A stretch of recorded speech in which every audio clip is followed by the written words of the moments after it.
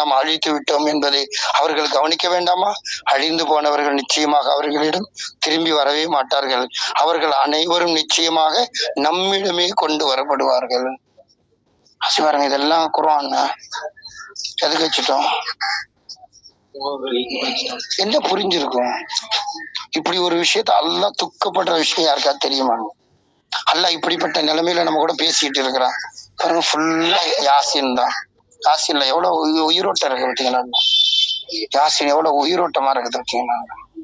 அது உயிரோட்டத்தை விளங்க முடியுதா? இது எவ்வளவு இதயத்துக்கு உயிர் இல்லைன்னா என்ன பிரயோஜனம்?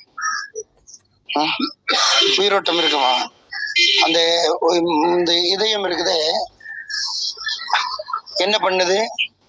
இவ்வளோ கிட்டத்தட்ட சொல்லப்படுது நரம்பெல்லாம் இழுத்துட்டு போனா நமக்குள்ள இருக்கக்கூடிய